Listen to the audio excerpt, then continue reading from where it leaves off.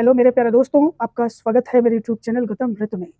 और आज के इस वीडियो में मैं आपको बताऊं कि आखिर शूद्रों का इतिहास क्या रहा है। आखिर वो शूद्र कैसे बन गए, किस तरह से उनका जीवन यापन हो रहा था, किस वो जीने के लिए विवश होने पड़े। इन सब की खंगाल कर मैं आज आपके सामने पेश करने वाला हूँ। जैसा कि हम जानते हैं कि हमारे देश में जो मूल निवासी थे, तो हमारे देश की जो संस्कृति थी, सभ्यता थी, धन धान्य से परिपूर्ण था हमारा भारत देश। लेकिन यूरेशिया या पश्चिम एशिया से कुछ ऐसे आर्य लोग आए और यहाँ की संप्रदाय, संस्कृति और यहाँ के मूल निवासियों को के जीवन को, सरलतम को देखकर वो यहाँ के लोग कितने सरल हैं और यहाँ की संस्कृति कितनी अच्छी है, तो उन्होंने क्या किया कि इन मूल निवासियों को अपने आधिपत्य में लेना चाहा और उन्होंने क्या कर दिया, युद्ध कर दिया। और कई वर्षों तक युद्ध चलने के बाद जब अंततः मूल निवासियों की हार हुई, तब ये आर्य लोग जो भारत में आए, यहाँ पर अपना डेरा डालकर बैठ गए और फिर धीरे धीरे यहाँ के लोगों को अपना गुलाम बना लिया। उनकी सब संपत्तियां छीन ली, उनका घर द्वार, खेती बाड़ी सब कुछ छीन लिया, उन्हें गुलाम बना दिया। कुछ वर्षों बाद तुरंत उन्हें दास बना लिया गया और ये दास सिर्फ इन्हीं आर्यों की सेवा में करते थे, इनकी गुलामी करते थे। उनको विवश कर दिए, गुलामी के लिए दासता की जंजीरों में जकड़ दिया। इन्हीं में से एक हुए मनु महाराज, जिन्होंने मनुस्मृति रखा। उनको ये भय था कि ये कहीं जो शूद्र हैं, ये जो मूल निवासी है यहाँ के, कहीं विद्रोह न कर दे, अराजकता की स्थिति न उत्पन्न कर दे। इसलिए उन्होंने एक ऐसे घोर दंड विधान का इन्होंने रचना की, वो रचना जो सिर्फ शूद्रों के लिए एक अभिशाप बन गया। उस अभिशाप से वो निकल ना पाए और उस मुनि ने, जिनका नाम मनु है, उन्होंने मनुस्मृति लिखा। उस किताब में उन्होंने ऐसे दंड विधानों का प्रावधान किया जो आज अगर कल्पना कर ले तो आपकी रूह कांप जाए। और उस समय जब ये दंड दिया जाता था तो सोचो ये नीला आसमान कितना गूंजता होगा उनकी करुण रोदन से, करुण वेदना से। उनका ये था कि ये जो शूद्र हैं, ये ब्राह्मण, क्षत्रिय और वैश्यों की सेवा के लिए ही बने हैं। इनके जो जन्म हुआ है इन 3 वर्णों से नीचे ही हुआ है और इनकी सेवा करना चाहिए। ऐसे बहुत से फिर वेदों की रचना की गई और उन वेदों में शूद्रों के लिए जो कठोर नियम बनाए, जो नियम लागू करवाए राजाओं से, वो आज के इतिहास में प्रासंगिक नहीं है। ऐसा इतिहास में नहीं होना चाहिए था। अगर आज हम स्वतंत्र हैं, फिर भी कहीं ना कहीं आपको जरूर सुनने को आता होगा कि किसी अति पिछड़ा वर्ग को मार दिया गया, हत्या कर दी गई, बलात्कार कर दिया गया। दलितों पे आए दिन अत्याचार होते हैं, तरह तरह के अत्याचार होते हैं और वो आप सुनते होंगे। उस समय की कल्पना करो, अगर सोचो कितना विभत्स रहा होगा, कितना घोर कलयुग का वो समय था कि जब शूद्रों को, यहाँ के मूल निवासियों को उन्होंने शूद्र कह दिया। मूल निवासियों को उन्होंने अपने ग्रंथों में, अपने वेदों में, अपने शास्त्रों में उन मूल निवासियों को शूद्र कह दिया और शूद्र को इतना दरिद्र बना दिया, इतना नीच बना दिया कि उनका जो जीवन है शायद नरक की यातना से भी कहीं ज्यादा उन्हें कष्ट झेलना पड़ता था। आखिर उनका मकसद क्या था? उनका मकसद ही यही था कि आने वाले समय में ये बगावत न कर सके, संगठित ना हो सके और इन पर हम आधिपत्य और इन पर हम शासन करते रहे, करते भी आ रहे। तो अब इसमें देख लेते हैं कि क्या वेद, क्या उनके पुराण आखिर कहते हैं शूद्रों के बारे में, उन्होंने क्या लिख दिया है। हालांकि आज के समय में वो माने नहीं है, क्योंकि संविधान आ गया है। जब संविधान नहीं था तब ये खूब मनमाना करते थे, अत्याचार करते थे। मनु ने यह कह दिया, मनुस्मृति में यह कहा गया है कि यदि शूद्र मंत्र उच्चारण करते हुए सुन लिया जाए तो उसके कानों में कांच पिघला कर डाल दिया जाए। अगर वो मंत्र उच्चारण करता है अपनी जुबान से तो उसकी जुबान, जिह्वा काट ली जाए। अगर वो यज्ञ हवन आदि करते हुए अगर वो देख ले तो उसकी आंखें निकाल ली जाए। सोचने वाली बात, ऐसा प्रावधान किसी ग्रंथ में होना चाहिए? मगर मनुस्मृति में कहा गया है। और ऐसा मनुस्मृति तो एक अपवाद है, वो तो ही है। वो तो आज पूरा देश जानता है कि मनुस्मृति शूद्रों, दलितों, आदिवासियों, अति पिछड़ा वर्गों के ये खिलाफ है। लेकिन आज इसका कोई अस्तित्व नहीं है। लेकिन कुछ ऐसे वेद हैं जो लोग कहते हैं नहीं वेद पढ़ना चाहिए, तो मैं अपने भाइयों को कहता हूँ कि वेद को आप क्या करोगे पढ़कर? भारतीय संविधान पढ़ो, विज्ञान की बातें पढ़ो। हाँ, ये बात सत्य है कि आप वेद पुराण पढ़ो ताकि आप हकीकत जान सको। इस उद्देश्य से पढ़ना जरूरी है। महाभारत में कुछ और कहा गया है शूद्रों के बारे में, रामायण में कुछ और बताता है, वेद कुछ और बताता है। तुलसीदास ने तो अपने रामचरितमानस में ये कह दिया है कि शूद्रों को पीटना धर्म है। मतलब शूद्रों को पीटो, मारो, अत्याचार करो, उन्होंने उसको धर्म बना दिया। तो सोचने की बात है कि क्या वो मनुष्य नहीं थे? क्या उनकी दीन दशा एक पशु से बदतर थी? क्योंकि यहाँ के लोग नहीं चाहते थे, जो आकर हमारे यहाँ बस गए आर्य, वो ये नहीं चाहते थे कि कभी सिर उठा के हमसे बोल सके, इसलिए उन्होंने दंड विधान की रचना की। और राजा इन्हीं के कहे अनुसार वो कार्य करता था। बहुत ही ज्यादा अत्याचार। मैं अब आपको एक एक करके बताता हूँ कि कौन सा ग्रंथ, कौन सा शास्त्र शूद्रों के बारे में क्या कहता है। पहले मनुस्मृति में मैं बताता हूँ, उसमें यह कहा गया है कि भगवान ने शूद्रों का जन्म इसलिए दिया गया है ताकि वो क्षत्रिय, ब्राह्मण और वैश्य की सेवा कर सके। निष्कपट निष्भाव से वो सेवा करने के लिए उसका जन्म होता है, यानी कि वो दास बनकर इन 3 वर्णों की सेवा करे, इसीलिए भगवान ने उनका जन्म किया है। तो सोचो, भगवान प्रकृति क्या ऐसा पैदा करी है कि वो इन 3 वर्णों की सेवा करेगा? नहीं, ये एक मनुस्मृति की ग्रंथ की मैं बात बता रहा हूँ, जो कि कितना क्रूर, अत्याचार, शोषित करने वाला ये विधान है। अगला मैं बताता हूँ। उन्होंने कहा कि ब्राह्मणों का मंगलमय, क्षत्रियों को बलशाली और वैश्यों को धनी बनाना चाहिए और शूद्रों की निंदा होनी चाहिए। ये आपका मनुस्मृति कहता है। शूद्रों के बारे में देखिए कितनी संकीर्ण मानसिकता है जो ऐसा बताता है। मतलब सोचिए कि मतलब ब्राह्मणों को मंगलमय हो, क्षत्रियों को बलशाली शक्तिशाली हो, और जो वैश्य हैं वो धनी हो, धनवान हो, और जो वैश्य उसकी निंदा होनी चाहिए। इस चौथे वर्ड की सोचो क्या दुर्दशा इन्होंने इस मन गढ़ंत ग्रंथों से, मनुस्मृतियों से उन्हें हमेशा सिर नीचा करने का काम किया। उन्हें कभी उठने नहीं दिया। और आगे कहता है मनुस्मृति, सुनिए ध्यान से, शूद्रों को धर्म का ज्ञान न दें और उन्हें उपदेश न दें, उनको शिक्षा ना दें, तो ये उनका अधिकार नहीं है।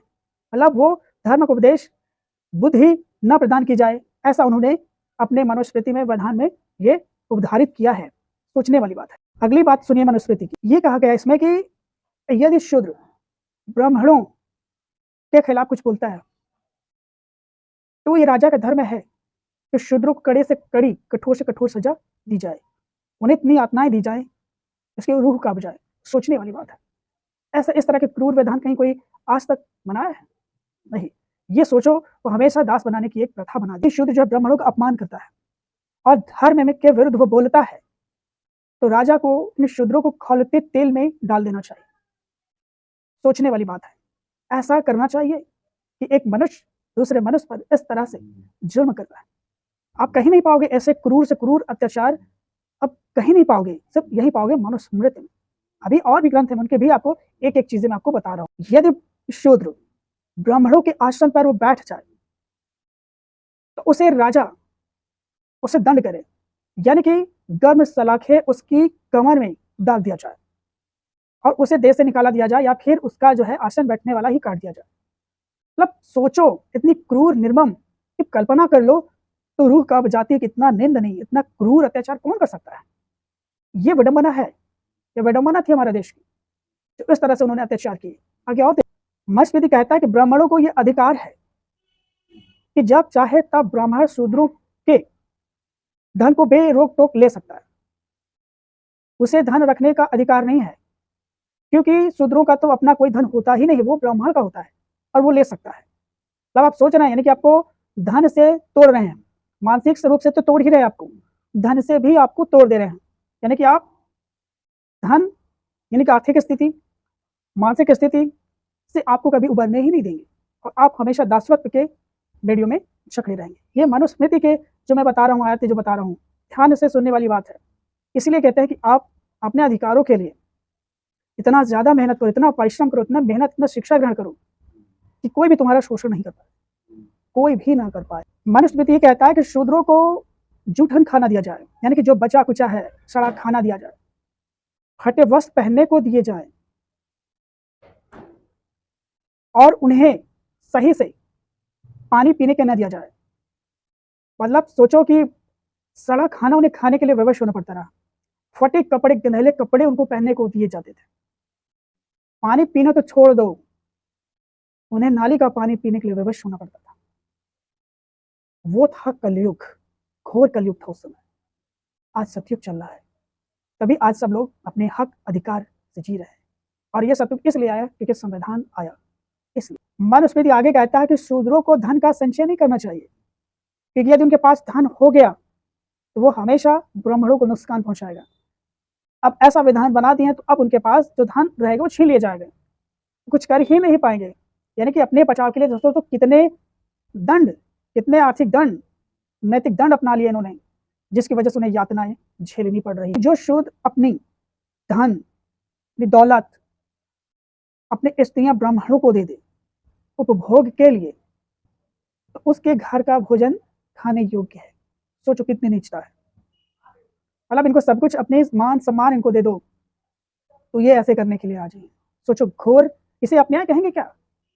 न्याय नहीं, ये घोर अत्याचार था, पाप था। ये तो पाप कर रहे थे वो लोग। सोचो जब भी पढ़ता हूं तो मुझे कैसा लगता है, ऐसा लगता है कि आज भी मैं उस 4000 साल पहले जी रहा हूं। उस वेदना को, उस पीड़ा को मैं महसूस कर ले रहा हूं कि कितनी उनको यातनाएं दी गई थी। सिर्फ कल्पना मात्र से ही रूह कांप जाती है। जब हमारे पूर्वज मूल्यवासी जब सहते रहे होंगे तो उन्हें कितना कष्ट पहुंचता होगा, कल्पना करिए। बात यही नहीं खत्म होती है, आगे भी है कि देखो जो ग्रंथ है वो क्या कहते हैं आखिर शूद्रों के बारे में। जैसे महाभारत में ये कहा गया है कि शूद्र कभी राजा नहीं बन सकता। मतलब ऐसा दंड विधान बना दिए हैं महाभारत में कि मैं बात बता रहा हूँ, उसमें कहा गया है कि शूद्रों को कभी राजा नहीं बन सकता। मतलब ऐसा उन्होंने लिख दिया है, तो यानी कि वो कभी बन ही नहीं सकते, क्योंकि उसमें ये बता दें कि देखो तुम लिखा हुआ है तुम नहीं बन सकते, क्योंकि वो बेचारे घोर अशिक्षित हैं, उनके पास मानसिक पटल विकसित नहीं है। सोचने वाली बात है कि बताओ कि महाभारत में भी ऐसा लिखा गया है, सिर्फ मनुस्मृति में नहीं। अभी और बताता हूँ मैं क्या क्या है, मैं एक एक चीज ढूंढ कर लाया हूँ, मैं आपको बता रहा हूँ। गीता कहती है, जो कहते हैं श्रीमद् भगवद गीता, देखो वो क्या कहती है। वो कहती है कि शूद्रों को ब्राह्मण, क्षत्रिय और वैश्य की सेवा करनी चाहिए, सिर्फ सेवा करनी चाहिए।